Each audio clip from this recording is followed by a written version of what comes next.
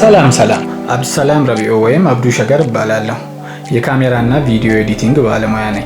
ዛሬ ስለ DSLR ካሜራ አንዳንድ ነጥቦችን እናያለን። ስለ ካነን 5D ካሜራዎች መሰረታዊ የሆኑ 3 ነጥቦችን አብረን እናያለን። DSLR ማለት ምን ማለት ነው? ዲጂታል ሲንግል ሌንስ ሪፍሌክስ የሚሉ ትርጉሞችን ያዘለ ነው። DSLR ማለት ዲጂታል ካሜራ ማለት ነው። ዲጂታል የተባለበት ምክንያት ስራውን ዲጂታሊ ስለሚሰራ ነው። አሁን ባለንበት ዘመን እጃችን ላይ ያሉ ስልኮችን በመጠቀም ጥራት ያላቸውን ፎቶዎችና ቪዲዮዎች ማንሳት ችለናል። ከዛ ባለፈ ግን DSLR የሆኑ ካሜራዎችን ተጠቅመን ፕሮፌሽናል የሆኑ ፎቶና ቪዲዮዎችን ማንሳት ወይም መቅረጽ እንፈልጋለን። ቀጥታ ካሜራችን አንስተን በማብራትና ፎቶ በማንሳት ወይም ቪዲዮ በመቅረጽ የምንፈልገውን ፕሮፌሽናል የሆነ ፎቶና ቪዲዮ ማግኘት አንችልም። ካሜራችንን አንስተን ወደ ስራ ከመግባታችን በፊት እነዚህን 3 ነገሮች ባላንስ ማድረግ አለብን።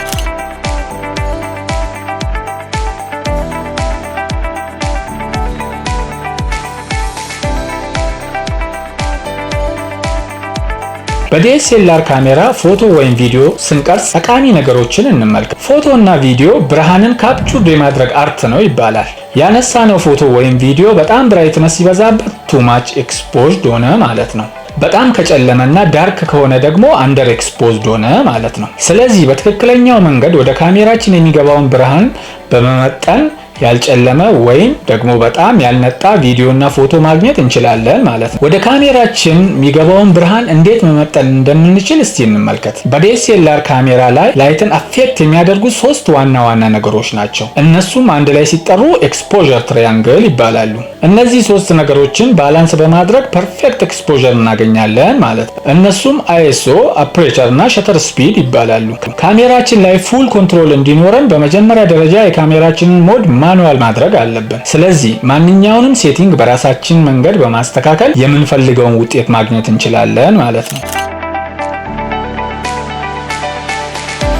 ከISO እንጀምር። ISO በቀጥታ ካሜራችን ሴንሰር ጋር የተገናኘ ነው። የካሜራችን ሴንሰር ዋና ስራው ላይትን በመቀበልና ፕሮሰስ በማድረግ ወደ ዲጂታል ኢንፎርሜሽን መቀየር ነው። ካሜራችን ላይ ISO ቁጥራችንን ጨመርን ማለት ኢሜጃችን ወይም ቪዲዮአችን ላይ ብራይትነስ ጨመርን ማለት ነው። ስለዚህ ብርሃን በሌለበት አካባቢ ፎቶ ወይም ቪዲዮ ስንቀርጽ ISO ቁጥራችንን ከፍ በማድረግ ብራይትነስ ማግኘት እንችላለን። ብርሃን በሚበዛበት ጊዜ ደግሞ ዴይላይት ፎቶ ወይም ቪዲዮ ስናነሳ ISO ቁጥራችንን እንቀንሳለን።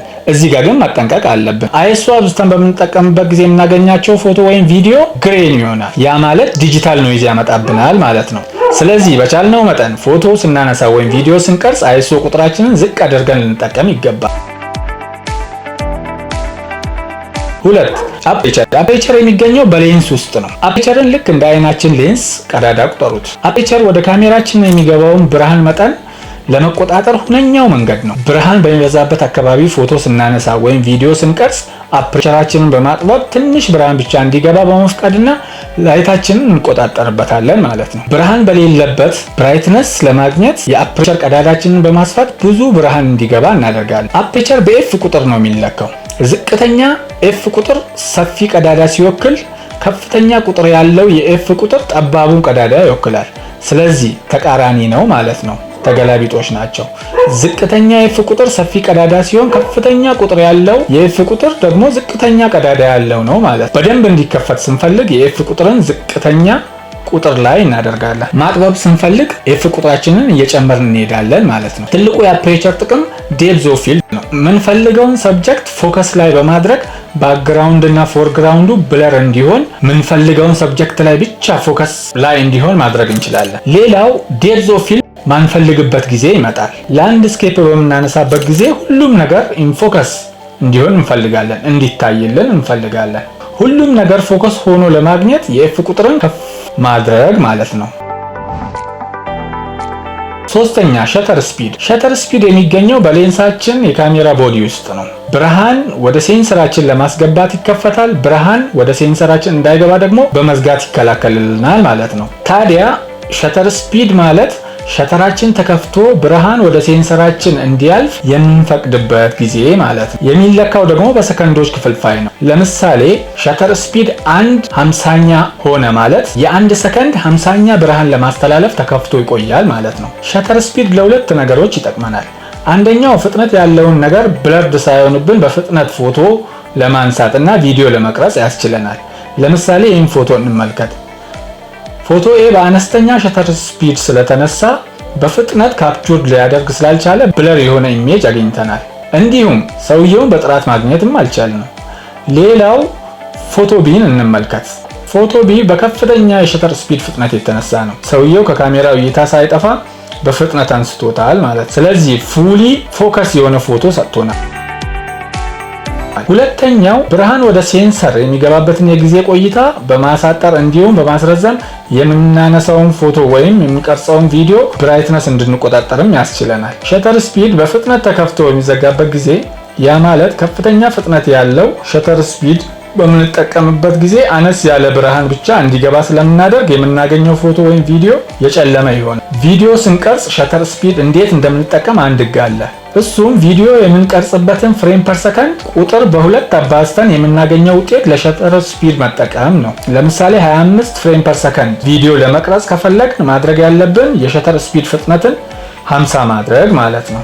ይህን ህግ በመጠቀም በጣም ጥሩ የሆነ ለአይን የማይከብድ ናቹራል ሲኒማቲክ ሞሽን ብለር እናገኛለን። ዝቅተኛ ሸተር ስፒድ በምንጠቀምበት ጊዜ ካሜራችን ትራይፖድ ላይ ካልሆነ ማለትም በእጃችን ላይ ይዘን እየተንቀሳቀስን ፎቶ ምናነሳ ከሆነ ብለር የሆነ ኢሜጅ እናገኛለን። ወዲያው ሸተር ስፒዳችንን ካፕቸር እያደረግን ትንሽ ፈጠን ማለት አለብን ማለት ነው። አሁን ያነሳናቸው ሶስቱ ነጥቦች እናስታውስ። አይኤስኦ አብዝተን ስንጠቀም ከፍተኛ የሆነ ኤክስፖዠር እናገኛለን። እዚህ ጋር ግን ኖይዚ ወይም ግሬስ የሆነ ኢሜጅ ይፈጥርብናል ማለት ነው። አፔቸር ምን ያህል ላይት ወደ ሴንሰራችን መግባት እንዳለበት እንቆጣጠርበታለን። አፔቸርን ዋይድ አድርገን በመጠቀም ሻሎ ዴፕዝ ኦፍ ፊልድ እናገኝበታለን። ሸተር ስፒድ የብርሃንን መጠን ይቆጣጠርልናል። ፍጥነት ያላቸውን ነገሮች ፎቶ ለማንሳት ይጠቅመናል። እንዲሁም ደግሞ ሞሽን ብለርን ለመቆጣጠር ያስችለናል። ሻርፕ የሆነ ፎቶ ለማንሳትም ያግዛል። ሶስቱን ነገሮች እንደየሁኔታቸው ባላንስ አድርገን በመጠቀም ፕሮፌሽናል የሆነ ፎቶና ቪዲዮ እናገኝበታለን። በቀጣይ ቪዲዮ እስክንገናኝ እንዲሁ ስለተማማርን አመሰግናለሁ። ለሀሳብ አስተያየታችሁ ምስጋና ከፍ ያለ ነው። አዘጋጅ አብዱሰላም ረቢዑ።